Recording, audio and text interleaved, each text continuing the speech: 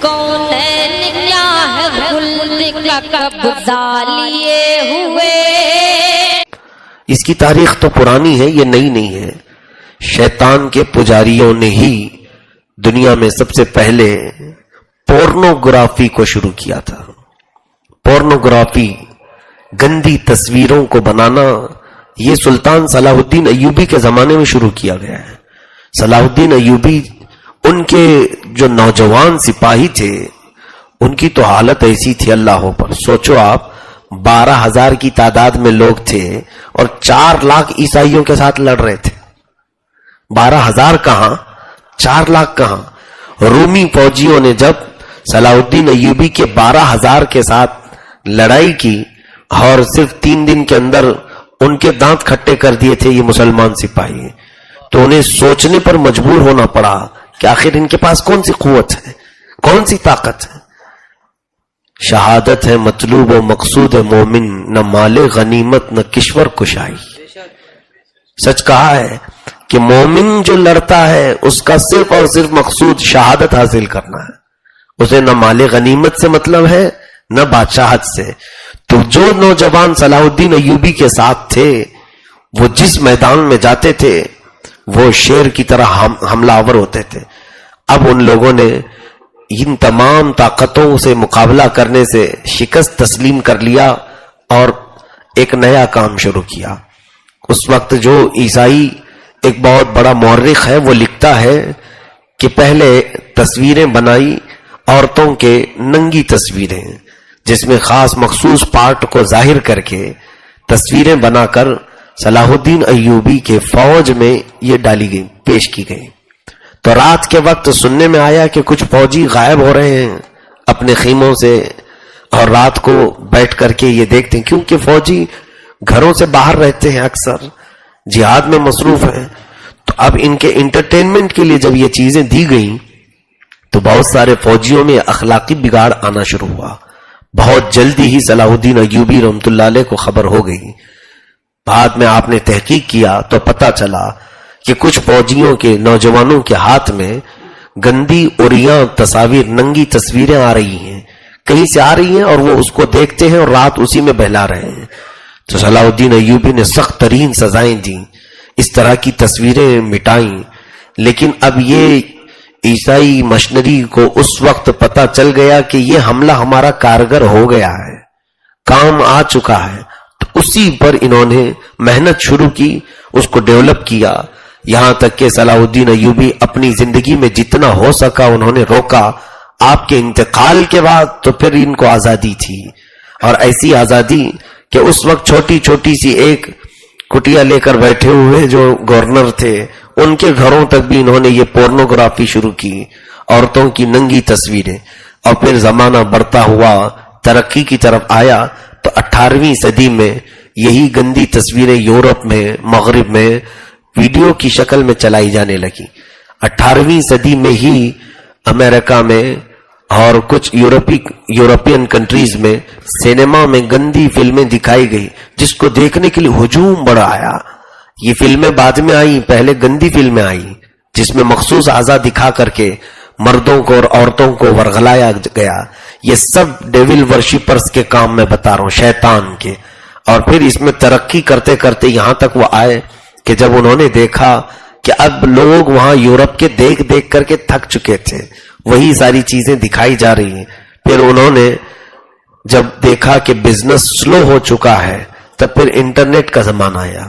Internet جب آیا تو انٹرنیٹ میں انہوں نے لوگوں کے ہاتھوں تک پہنچانے کے لیے باضابطہ کئی ایسے خوبصورت جوڑوں کو خریدا، نوجوانوں عورتوں کو بھی، نوجوان مردوں کو بھی، اور ان سے گندے کام کروا کر اس کی ویڈیو بنا کر اپلوڈ کرنا شروع کیا، اور بھاری قیمت وہ ایکٹر اور ایکٹریس کو دینا شروع کیا. یہ ایک بزنس آج کے دور میں فلم انڈسٹری کچھ بھی نہیں کماتی جتنا پورنوگرافی والے کماتے ہیں. میں نے رپورٹ میں دیکھا کہ ڈیلی انڈیا سے، ہندوستان سے 6 کروڑ ویوز ایک ویب سائٹ کے لیے آتے ہیں. 6 کروڑ لوگ ایک ویب سائٹ کے لیے یہ گندی تصاویریں اور تصویریں دیکھنے کے لیے. اے میرے عزیزو، آنکھ زنا کر رہی ہے، اللہ کے حبیب صلی اللہ علیہ وسلم نے فرمایا جسم کے ہر پارٹ میں کوئی نہ کوئی زنا کا ایک حصہ آ جاتا ہے. کبھی کان زنا کرتا ہے، کبھی ہاتھ، لیکن یہ دور سب سے زیادہ خطرناک ہے ہماری آنکھوں کی حفاظت کے لیے. آج اس بلا میں انہوں نے ہمیں گرفتار کر دیا ہے، ہزاروں نوجوانوں کو. کتنے تو ایسے انٹرنیٹ کے ڈسے ہوئے موجود ہیں جنہوں نے اپنے آپ کو تباہ کیا. اس کا حاصل کیا ہوتا ہے جانتے ہیں آپ؟ کئی ایسے بیمار نوجوان ہم نے دیکھے ہیں جن کی جوانی ختم ہونے کو آئی، ان کی مردانگی ختم ہو گئی. کس وجہ سے؟ حکیموں کے پاس گھوم رہے ہیں، دعویٰ جو بھی بول رہا ہے اس کے پیچھے بھاگ رہے ہیں. کیوں؟ پوچھا گیا کہ رات رات بھر پورنوگرافی دیکھتے اور اپنے ہاتھوں سے اپنی جوانی برباد کرتے تھے. تو شیطان یہی چاہتا ہے کہ تمہارے اندر اولاد پیدا کرنے کی کوئی قوت باقی نہ رہے. وہ فیملی سسٹم کو خراب کرنا چاہتا ہے، تمہارے نسل کی ارتقاء روکنا ہے. دیکھو کتنے سٹیپ میں نے بتائے. سب سے پہلی چیز تو یہ تھی کہ انہوں نے شوہر اور بیوی میں جھگڑے لگائے. یورپ میں تو یہ سب عام سی بات ہے، طلاق کو عام کر دیا کہ زندگیاں ختم ہو. پھر انہوں نے شادی کو بھی ختم کیا، وہ بھی عام ہو گیا. پھر رشتوں میں شادی کرنے کا رواج جاری کر دیا گیا، بہن بھائی شادی کر لیں، ماں بیٹا چاہے شادی کر لیں. ہالینڈ میں چل رہا ہے، معاذ اللہ رب العالمین. یہ پورا کا پورا سسٹم تباہ. وہاں کبھی ایسا ہوتا ہے کہ آپ اندازہ کرو، ایک لڑکا اپنی ماں سے شادی کر کے رہ رہا ہے، ماں سے شادی کر کے رہ رہا ہے. وہ ہونے والے بچے کو وہ بچہ کس کو باپ کہے گا، کس کو ماں کہے گا، اور پھر دادی کون ہے؟ یہ پورا کا پورا خاندانی نظام تباہ و برباد. اسی سلسلے میں ایک دو نہیں ہزاروں چیزیں یہاں کی جا رہی ہیں، ہزاروں چیزیں. مردوں کا اختلاط، عورتوں کا شہوت کے لیے اختلاط، اور انہیں ننگا کر کے بازاروں میں لانا، عورتوں کو مردوں کے لیے زینت بنا کر کے پیش کرنا. کتنے یہاں پر راستے گمراہی کے کھلے ہوئے ہیں، اور ہمارے بچے بچنے کے لیے ایک راستہ بھی نہیں ڈھونڈتے ہیں.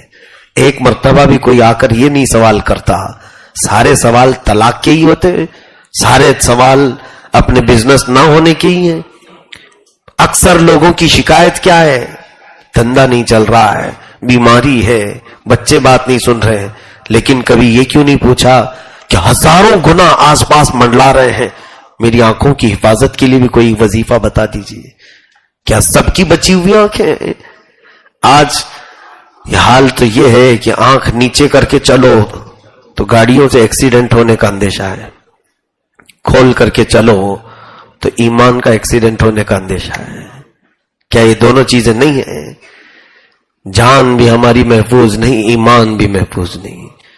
جان جانے کا خطرہ ہے، آنکھ بند کر کے کہاں چلیں گے ہم؟ کھول کر کے چلیں تو ایمان جانے کا خطرہ ہے. ہر دیوار پر انہوں نے ننگی تصویریں لگائی. اس سے کیا ہوتا ہے اب اندازہ کرو.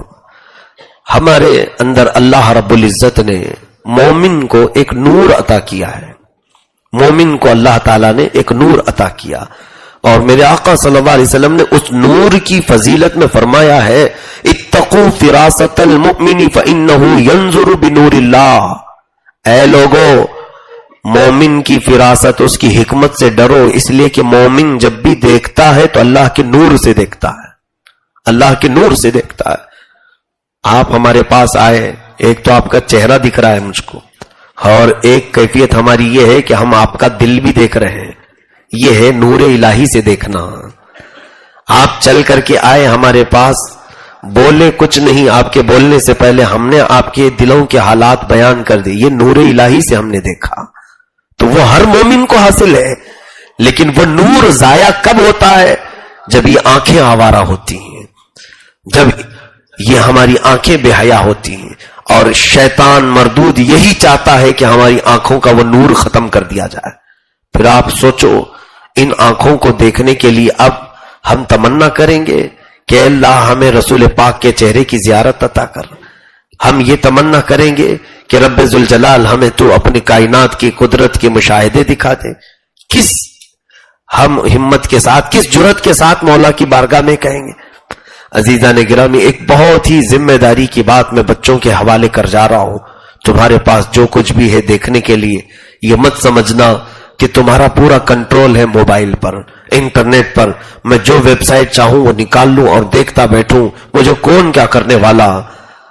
یعلم خائنۃ الاعین وما تخفی الصدور.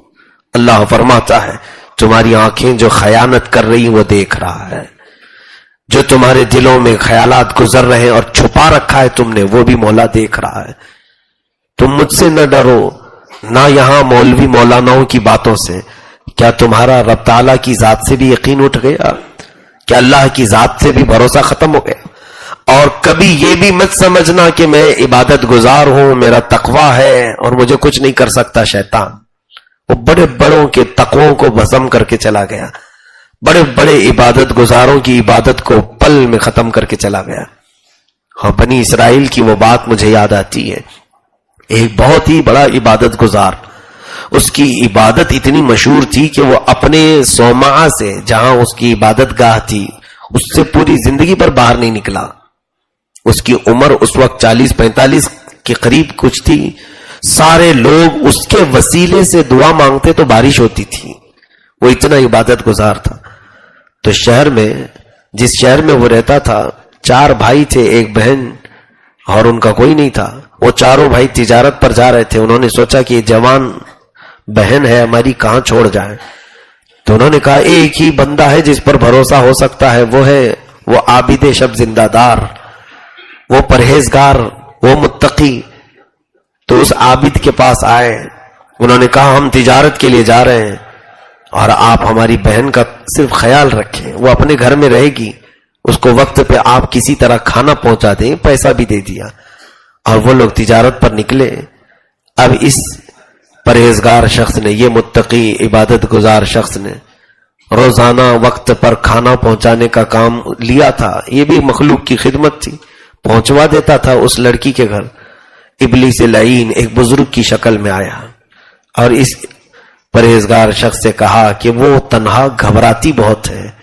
میں اس کے گھر گیا تھا، میں اس کا چاچا لگتا ہوں، وہ بہت گھبراتی ہے. کبھی کبھار آپ اس کا دل رکھنے کے لیے بات کر لو تاکہ اس کے بھائیوں نے جو امانت آپ کے پاس رکھی وہ بیمار نہ ہو جائے. تو اس کے دل میں بات آئی کہ شاید مجھے یہ کام کرنا چاہیے. تو شروع میں یہ ہوا کہ اپنے صومعہ سے، اپنے عبادت خانے سے باہر چوکھٹ تک آتا، وہ اپنے گھر کی چوکھٹ پر آتی اور بات کرتے. اور پھر یہ بات چیت کا سلسلہ دراز ہو گیا، ڈیلی چلتا رہا. اور اس کے بعد پھر ابلیس لعین نے کہا کہ وہ بہت گھبراتی ہے، رات کو ڈرتی ہے، کبھی کبھار آپ اس گھر میں بھی چلے جائیں. تو اس کی بات سن کر کے یہ پرہیزگار شخص جو تھا یہ کھانا لے کر کے سیدھے اس لڑکی کے گھر پہنچا. اب گھر میں جب خلوت ہوئی تو ایک ساتھ بیٹھنے کا اتفاق. یہ شروعات ہوتی ہے زنا کی، یہ ابتدائی مرحلے ہیں. اس کے بعد اس پرہیزگار شخص نے، یہ جو عابد و زاہد تھا، اس نے اس خاتون کے ساتھ زنا کر لیا. معاذ اللہ رب العالمین. جس کی 40 سالہ عبادت تھی، ریکارڈ تھا کہ وہ قدم باہر نہیں نکالتا تھا، اس عورت کے ساتھ اس نے برا کام کیا، اپنا منہ کالا کیا. اس کے بعد جب وہ حاملہ ہو گئی تو اب اس کو ڈر لگا کیا کیا جائے. وہی ابلیس لعین بزرگ کی شکل میں آیا اور کہا ارے یہ تو بہت برا ہوا ہے آپ کے ساتھ، پورے علاقے میں تمہاری کیا عزت ہے، تمہارا کیا مقام ہے، اور پھر اس کے بھائی اگر آئیں گے تو کیا جواب دو گے. ایک ہی راستہ ہے، اس کو قتل کرو اور دفن کر دو، پتہ ہی نہیں چلے گا. جب وہ آئیں گے تو کہنا بیمار ہوئی تھی، مر گئی، میں نے دفنا دیا ہے. تو اس نے سوچا کہ یہ صحیح بات ہے. ایک رات گیا، یہ جا کر کے اس سوئی ہوئی حاملہ لڑکی کو قتل کر دیا جس کے پیٹ میں اس کا بچہ پل رہا تھا. گھر کے اندر ہی ایک گڑھا کھود کر اس خاتون کو اس نے دفن کر دیا، زمین برابر کر دی، اور پھر آیا اپنی عبادت میں مصروف جیسے کہ کچھ کیا ہی نہیں تھا. شیطان نے یہ اتنا بڑا کام اس سے کروا لیا.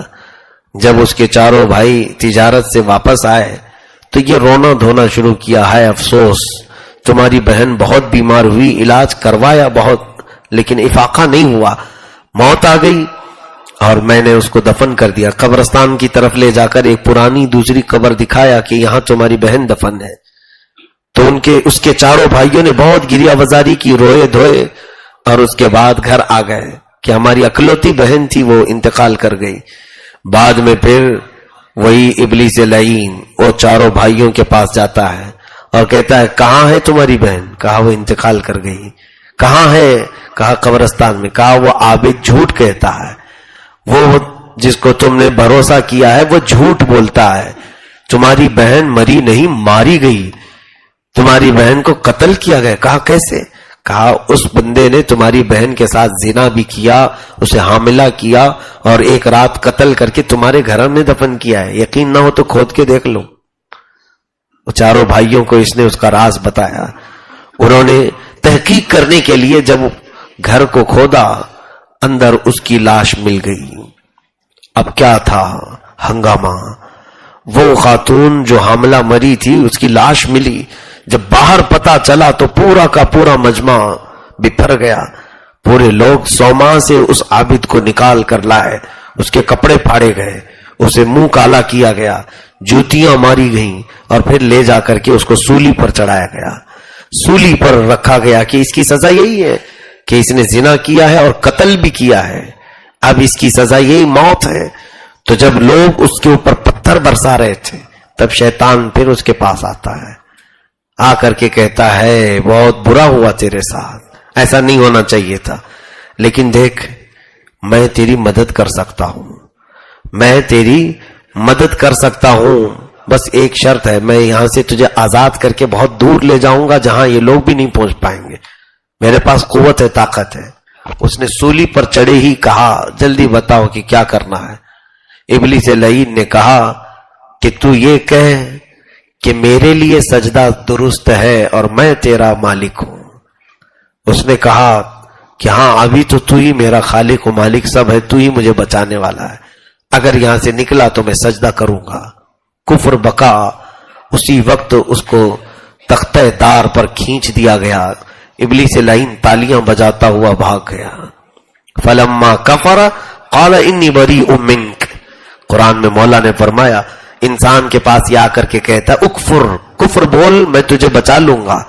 پھر جب بندہ کفر کرتا ہے تو یہ بھاگتا ہوا جاتا ہے میں تو تیرے سے بری ہوں، میں نے نہیں کیا تھا یہ سب، میں تو اللہ سے ڈرتا ہوں، تو نے خود کیا ہے اور جھیل. اس وقت تک تو اس کی موت آ چکی ہوتی ہے. 40 سال جس کی عبادتوں میں گزری زندگی، اسے ابلیس لعین نے زنا سے دوچار کروایا، قتل سے بھی، اور اس کے بعد نہ جانے کیسی ذلت و رسوائی کے ساتھ. سب سے بڑی چیز تو یہ ہے کہ ایمان بھی گیا، اس عابد کی کفر پر موت ہوئی. کیا ہمیں اس چیز سے خوف کرنے کی ضرورت نہیں میرے عزیزو؟ آج زنا سے اگر ابتدا ہوئی ہے کسی کی تو وہ ڈرے اس عابد شب زندہ دار کو یاد کر کے کہ جس کی زندگی 40 سال 100 ماہ میں گزری، اسے ابلیس لعین نے کہاں تک پہنچایا. اور قرآن کی تفسیر میں یہ فرمایا گیا ہے، حکیم الامت فرماتے ہیں شیطان نے تمہارے ماں باپ کو جنت سے نکلوایا تھا، وسوسہ ڈالا، اور ایک بار وہ شیطان کی بات میں آئے تو جنت چھوڑ کے نیچے آنا پڑا. وہ تو نبی تھے آدم علیہ السلام اور حضرت حوا. ایک بار صرف اس کی بات مان کر جنت چھوٹ گئی اور 350 سال تک دونوں الگ رہے، ملاقات نہیں ہو سکی. اور ہم صبح سے شام تک ہر بات اس کی سنتے ہیں تو پھر ہمارا انجام کیا ہوگا؟ ایک بات اس کی سننے پر جنت سے خارجہ نیچے آنا پڑا، اور جو کنٹینیو اسی کو فالو کر رہا ہے وہ کون سی جنت کی امید لگائے بیٹھا ہے؟ وہ کون سے جنت میں جانے کی تمنا لے کر بیٹھا ہے؟ عزیزان گرامی، میں آج ہر ایک کو اس بات سے ڈرا رہا ہوں